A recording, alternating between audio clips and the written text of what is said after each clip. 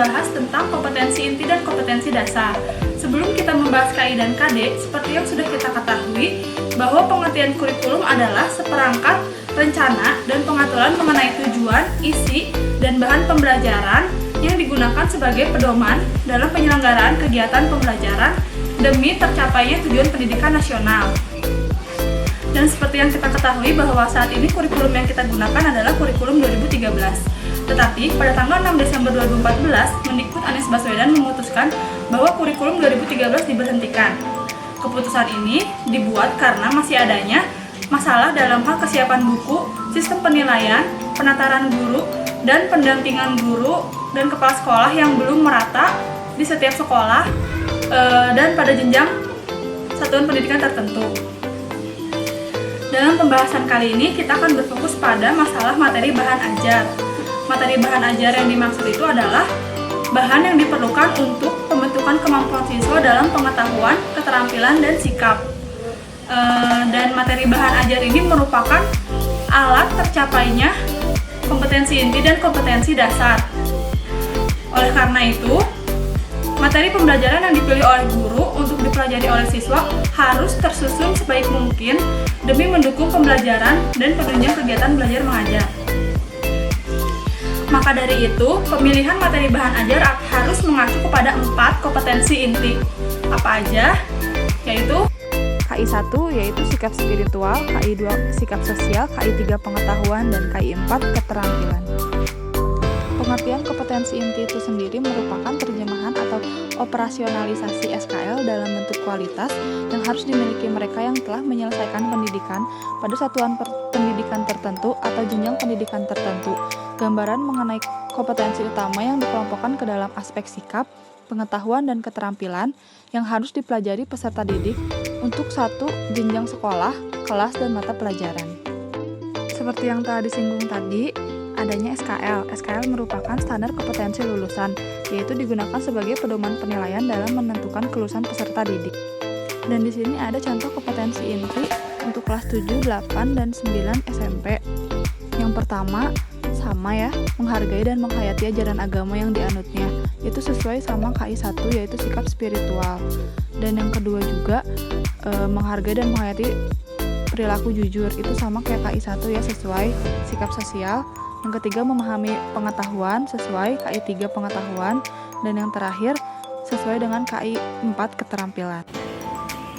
Selanjutnya, kompetensi sikap spiritual pada KI 1 dan kompetensi sikap sosial pada KI 2 tidak diajarkan, tidak dihafalkan, dan tidak diujikan, tetapi dikembangkan secara tidak langsung atau indirect teaching pada saat peserta didik belajar tentang pengetahuan pada KI 1 dan keterampilan pada KI 2. Dan yang terakhir, fungsi kompetensi inti itu sendiri yaitu sebagai unsur pengorganisasi kompetensi dasar. Oke, yang berikutnya adalah kompetensi dasar. Kompetensi dasar ialah konten atau kompetensi yang terdiri atas sikap, pengetahuan, dan keterampilan yang bersumber pada kompetensi inti yang harus dikuasai peserta didik. Nah, jadi di sini adanya kesinambungan antara kompetensi inti dan kompetensi dasar.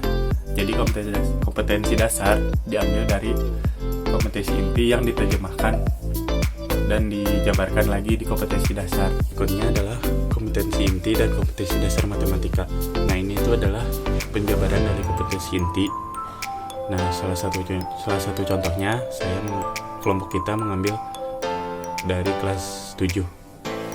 Yang pertama, di kompetensi inti kita sudah tahu yaitu menghargai dan menghayati ajaran agama yang dianutnya.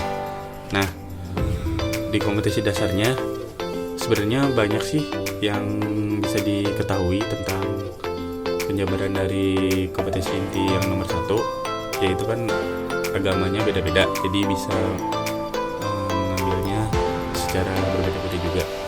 Nah, untuk yang ini saya mengambil yaitu kompetensi dasar yang pertama ialah menerima keberadaan Tuhan Yang Maha Esa atas penciptaan manusia dan bahasa yang beragam serta benda-benda di sekitarnya.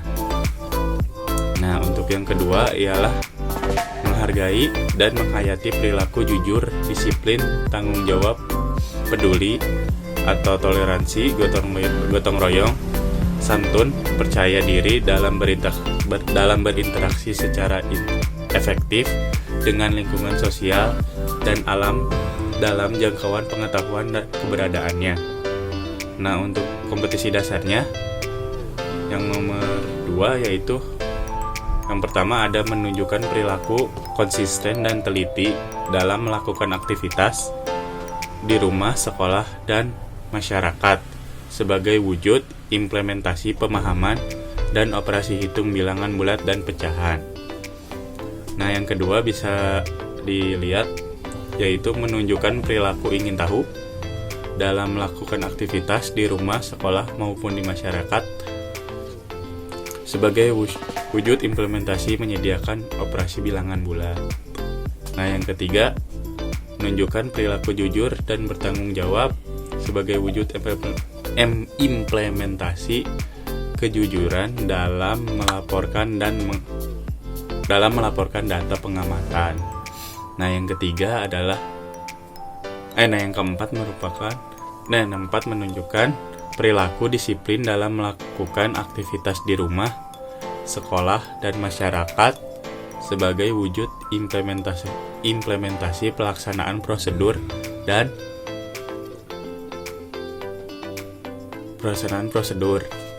Ingin tahunya tentang ilmu pengetahuan, teknologi, seni budaya terkait fenomena dan kejadian tanpa mata.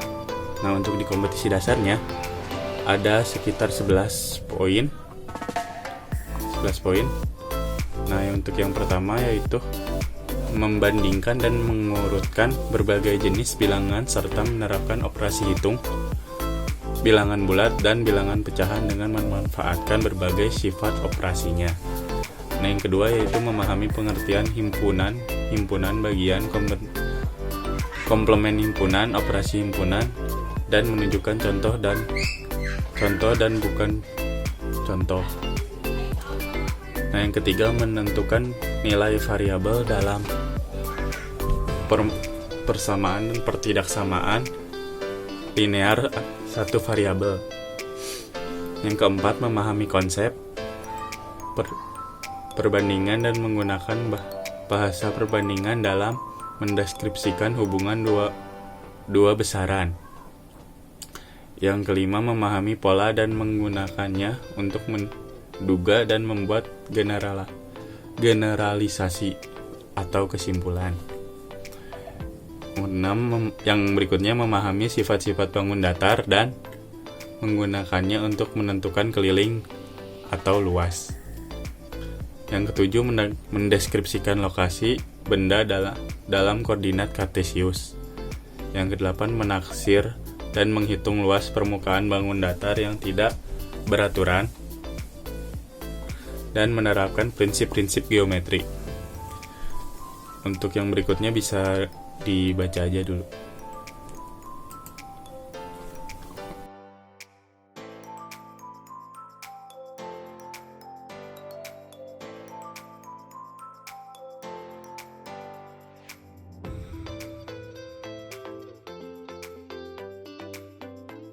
Nah, yang berikutnya kita masuk ke nomor 4 di kompetensi inti, yaitu mencoba mengolah dan menyajikan dalam ranah konkret atau dalam kurung menggunakan, mengurai, merangkai, memodifikasi, dan membuat.